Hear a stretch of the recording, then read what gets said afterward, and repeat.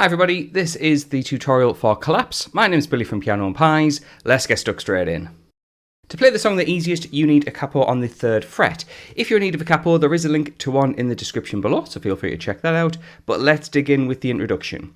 And what I'm going to do is to show you how to strum all the chords for this song. Now, this is a nice and easy version, and we're going to start with this shape here, which is a 3 on the A string, and this is in reference to the capo. We have 2 on the D, open G, and then 3 on the B and E.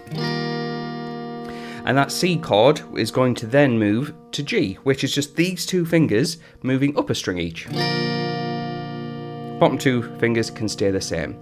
I will talk about strumming in a moment, but the last chord we need for the introduction and for a large part of the verse is a D major chord, but with our thumb over the top on fret number 2. It's what we call a D/F sharp. So that's 2 on the E string.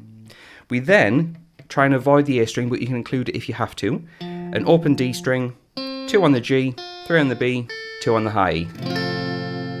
That is a D/F sharp. If you find that you really struggle with the thumb, just get rid of it. It's not a big deal. You can get away with it, and it'll sound like that just as a normal D major chord.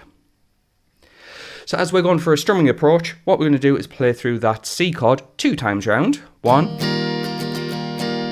2. 1 time round of G, and then the D 1 time round. And each chord will have the down, down, up pattern, which if you're counting along is 1, 2, 3, 4. 1, 2, 3, 4. I'll play through those chords slowly with that strumming pattern so you can see how it all fits together.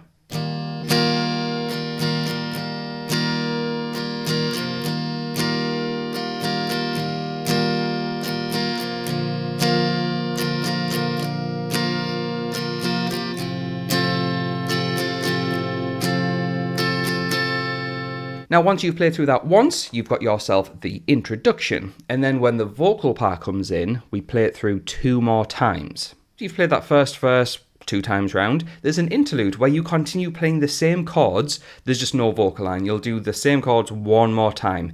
And in fact, looked over to my notes, which is what's available on Patreon. In fact, I'll mention that now.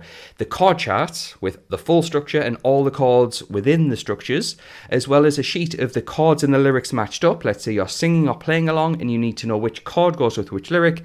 Well, over on Patreon, I've got you covered. For the price of a coffee, you get access to not only this song, but a bunch of other songs from this artist, and actually well over 600 songs of all the latest releases. And it saves you from trying to memorize or write everything down and potentially make a mistake.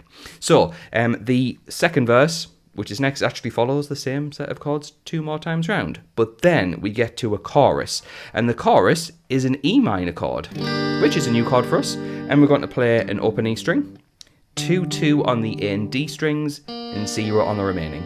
And we have E minor. We then go to a normal C major chord, not the C and 9 chord that we had earlier, this C major. So that's 3 on the A string, 2 on the D, an open G, 1 on the B, and an open E.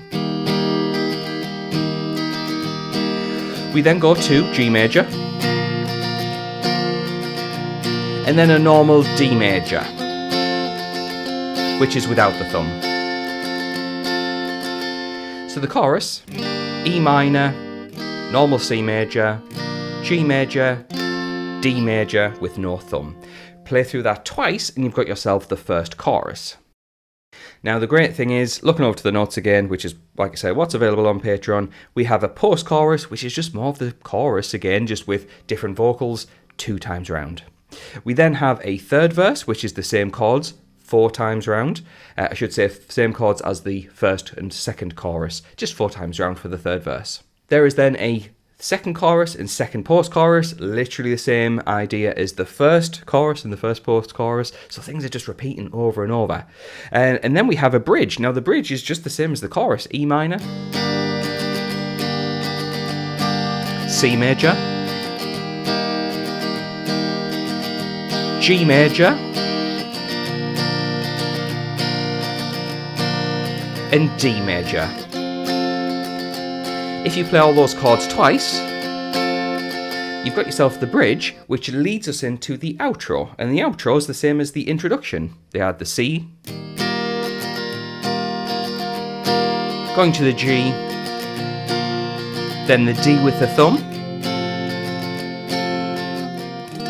And if you like, you can finish it with the C chord to end the song. So there we go, that's everything you need to get through this song. If you did find it useful, please do like and subscribe, which really helps out the channel, and consider getting that extra material over on Patreon. However, I also want to say a quick thanks to the people scrolling by on the screen. Those guys are my active patrons. The moment this video goes live, they will get access to that content straight away. So thanks to them for their support, thanks to you for watching, and I'll catch you in the next one.